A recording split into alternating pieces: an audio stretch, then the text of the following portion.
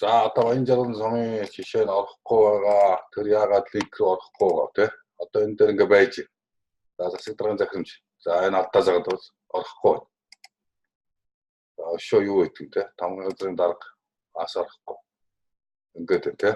За энийг яаж оруулах вэ? Админ нэхээр орлоо. Setting гэдэг рүү орлоо.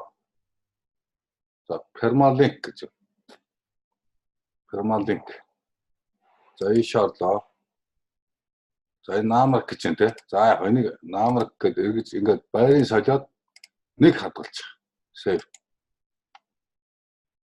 Авала. Одоо хэвээ ажиллах ёстой. Хэвлээ үзье. За. Засаг дарга оръё. Орж явж. Ойлгов. Ийм байдлаар явах нэ.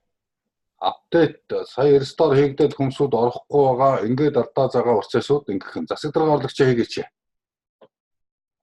Одоо зургийн ургийн хордлмоор байна. Би нөгөө нэг тод байдлын шалгуур үзүүлэлтээр хүмүүс юм явуулсан байгаа шүү дээ. За алуу. Ил тод байдал дээр юу вэ? Энийг бас харъя. За энэ юу ч вэ маш.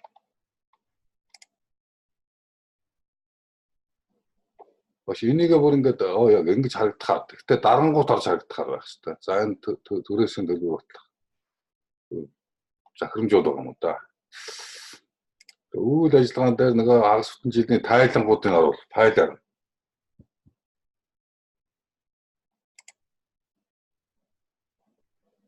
За хүний нөөц гэж юу юм бэ?